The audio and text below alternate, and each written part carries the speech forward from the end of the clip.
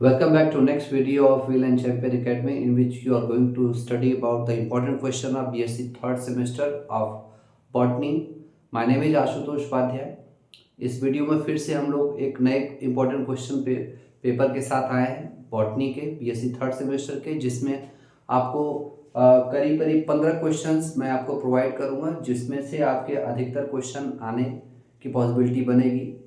तो सबसे पहले आइए हम देखते हैं बेटा herbarium with some important herbaria and method. देखिए यहाँ पर बेटा हर्बेरियम आपको पता होना चाहिए, क्लास 12th में आप लोग हर्बेरियम फाइल बनाते हैं। हर्बेरियम क्या होता है कि हम हर्ब श्रब जो भी होते हैं, जो नाजुक पेड़ पौधे होते हैं, हम उनको क्या करते हैं, कलेक्ट करते हैं।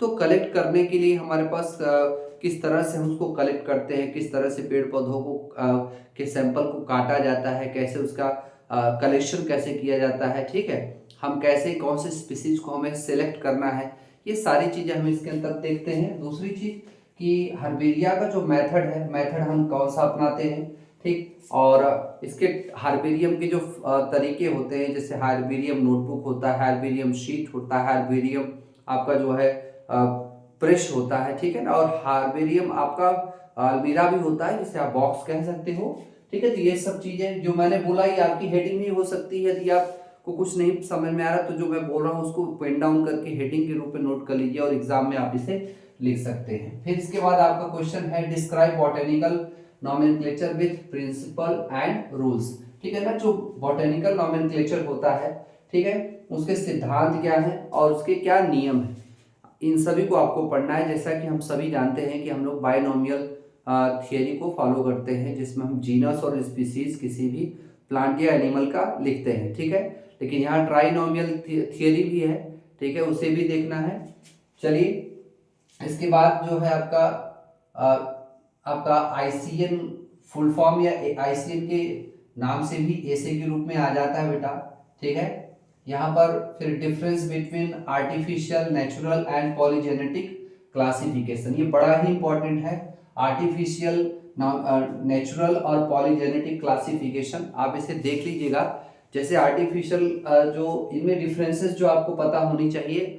आर्टिफिशियल का मतलब यहाँ पर ये होता है कि इसमें हम फ्यू कैरेक्टर्स को ही लेते हैं जो कि अपीयरिंग होता है, जो हम आंखों से देख सकते हैं, ठीक है।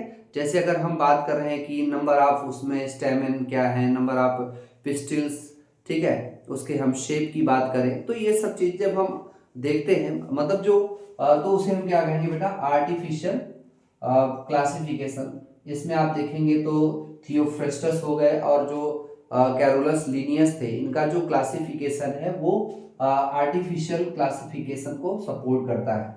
फिर हम बात करते हैं बेटा नेचुरल।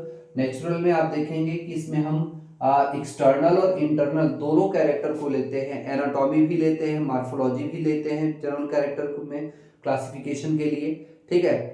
उसका एम्ब्रियोलॉजी भी हम देखते हैं, ठीक है।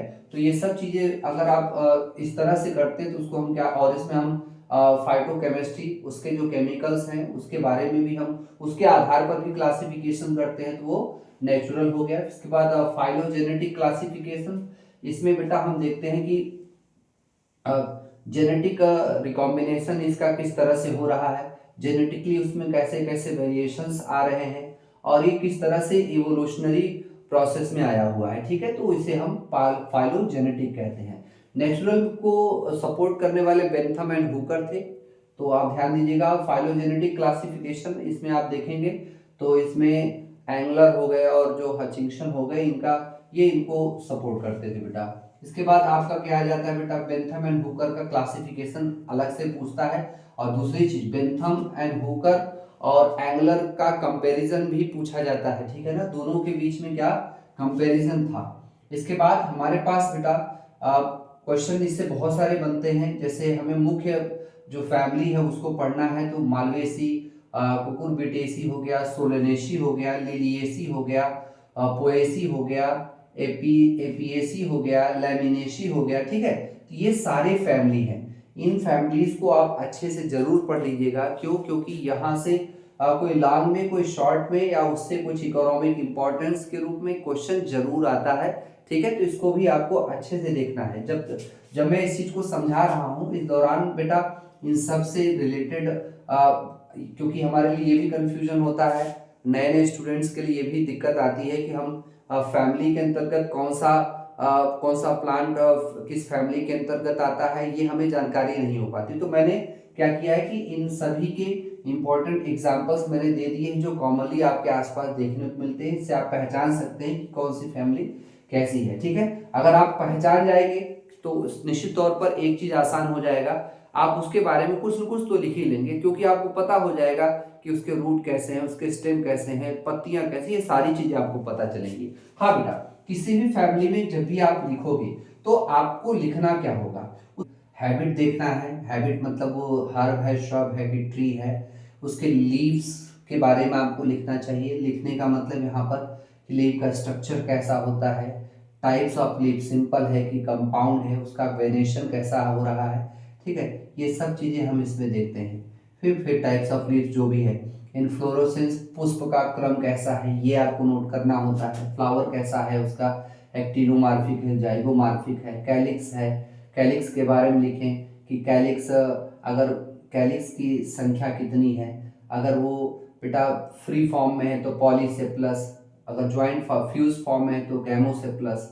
कोरोला के बारे में लिखना चाहोगे तो कोरोला में भी आपको यही चीज मिलेगा कि पॉली पेटलस, गैमो पेटलस। ठीक है, फिर यहाँ पर एंड्रोसियम की बात होगी तो androecium male part of flower होता है। ठीक है, तो मेल पार्ट ऑफ फ्लावर को एंड्रोसियम कहते हैं। तो ये अगर एंड्रोसियम है तो उसको हम क्या कहेंगे बेटा, स्टेमिनेट कहेंगे। ठीक है ना, स्टेमिनेट कहेंगे। और इसकी संख्या अगर ये सेपरेट हैं तो आप उसको क्या कहेंगे बेटा, पॉलीएंड्रस कहोगे। और अगर ज्वाइंट है तो उसको सिनेंड्रस कह दोगे। गायनीशियम की जहां तक बात है, ये फीमेल पार्ट ऑफ फ्लावर होता है। ठीक है, इसको हम क्या कहते हैं, पिस्टिलेट कहेंगे, पिस्टिलेट कहेंगे।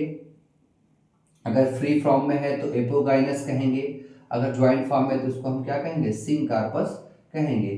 फिर यहाँ पर आप देखिए ओवरी इसकी सुपीरियर है, इंफीरियर है कि इंटरमीडिएट है, ये भी यहाँ से इसकी टॉपिक इसी लाइन में लिखी जा सकती है। फ्रूट्स के बारे में, फ्रूट आपका क्या है बेटा, सिंपल है कि एग्रीगेट है या कंपोजिट टाइप का है, ये सब चीज़ें।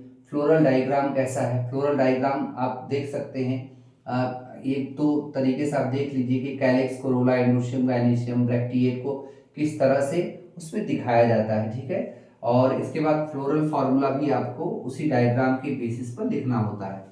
इसके बाद आपका आता है बेटा economic importance of some families. ये जो फैमिलीज है इन्हीं के बारे में आप अच्छे से पढ़ लीजिए कि इनका इकोनॉमिक इंपॉर्टेंस क्या है, अर्थात इनमें कौन सी फैमिली के कौन से प्लांट हैं जो वेजिटेबल के रूप में इस्तेमाल करते हैं, कौन से प्लांट स्पाइस के रूप में इस्तेमाल आप करते हो, कौन सा प्लांट उसका मेडिसिन के रूप में इस्तेमाल होता है। ठीक है, और कौन सा इंडस्ट्री में हम उसका ज़्यादा से ज़्यादा उपयोग करते हैं, ये हेडिंग कॉमनली होता है, इसको आपको लिखना होगा किसी भी उसका देख करके। फिर बॉटेनिकल नेम, 5-6 फल फ्रूट दे देगा, कोई वेजिटेबल दे देगा, उसका आपसे बॉटेनिकल नेम पूछेगा, अर्थात उसके जीनस और स्पीसीज को मिलाकर लिखना होगा।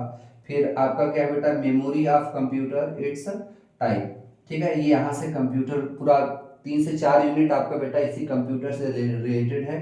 ठीक है, तो memory of computer, its types, इसको देखना है। मेमोरी की जब बात आएगी तो आप पता है ना, प्राइमरी मेमोरी, सेकेंडरी मेमोरी होता है। प्राइमरी मेमोरी आपका क्या है, जो कंप्यूटर में रहता है, रैम और रोम होता है। सेकेंडरी मेमोरी क्या होता है, जब हम देखें इसको हम अलग से रख सकते हैं डिस्क के रूप में, हार्ड डिस्क के रूप में। ठीक है, ये सब क्या है, सेकेंडरी मेमोरी का रूप होती है। डिफाइन ऑपरेटिंग सिस्टम आपको।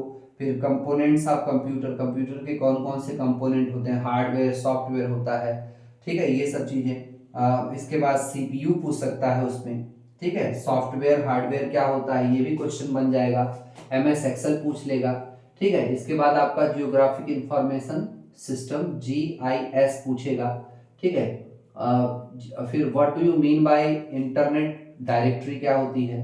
फिर आपका डिस्क्रिप्शन लैंग्वेज फॉर टेक्सोनॉमी है, टेक्सोनॉमी के लिए कौन कौन से लैंग्वेज डिस्क्रिप्शन होता, ये सब सारे कंप्यूटर प्रोग्रामिंग से रिलेटेड है। मेरा कहने का मतलब डेटा मॉडल्स क्या होते हैं, पॉलीजेनेटिक सॉफ्टवेयर क्या होता है, जेनेटिक ट्री क्या होता है, ई फ्लोरा क्या होता है, ये सारी चीज़ें बेटा इसमें पूछी जाती है। हाँ, एक बात और, जब मैं ये फैमिली के बारे में बता रहा हूँगा तो पहली बात सबसे बड़ी दिक्कत हम लोगों के लिए यही होती है, समय कम है। नहीं तो अगर मेरे पास समय होता तो मैं इसके लिए अलग से वीडियो बना देता कि फैमिलीज, सारी फैमिलीज को लिखा कैसे जाता है। सबके लिए कॉमन हेडिंग होगा, किसी भी फैमिली का आ जाए तो आपको हेडिंग तो कॉमन ही रखना है, ठीक है। दूसरी बात कि आपको सिस्टमेटिक पोजीशन पता होना चाहिए, जितने भी फैमिलीज हैं उनके, उनसे रिलेटेड जो आपके फ्रूट्स होंगे, वेजिटेबल्स होंगे, उनके नाम, बोटेनिकल नेम तो आपको अच्छे से पता होना चाहिए, ठीक है। और इस दौरान इसके सारे जो है वीडियोस के साथ वहाँ पर फोटो जो है चलता रहेगा, आप उसे वहाँ से देख करके आसानी से समझ सकते हैं, ठीक है। इसके बाद आप इनको देख लीजिएगा। अगर आप इतना तैयारी कर पाते हैं बढ़िया से इतने कम समय में, तो आप जान लीजिए कि आप अच्छा नंबर स्कोर करने वाले हैं। नो डाउट कि आपको कोई दिक्कत इसमें नहीं होगी, ठीक है।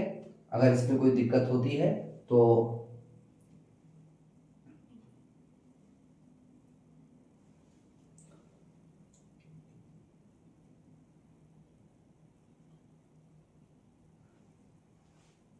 मेरी तरफ से इतना ही।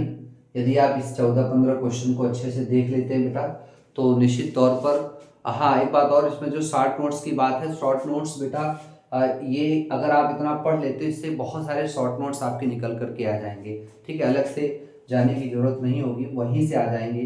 जैसे कैलिक्स की बात हो गई, कैलिक्स में आपको बताया ना कि उसके क्या क्या हैं, उसको स्टेमिनेट कहते हैं, ठीक है।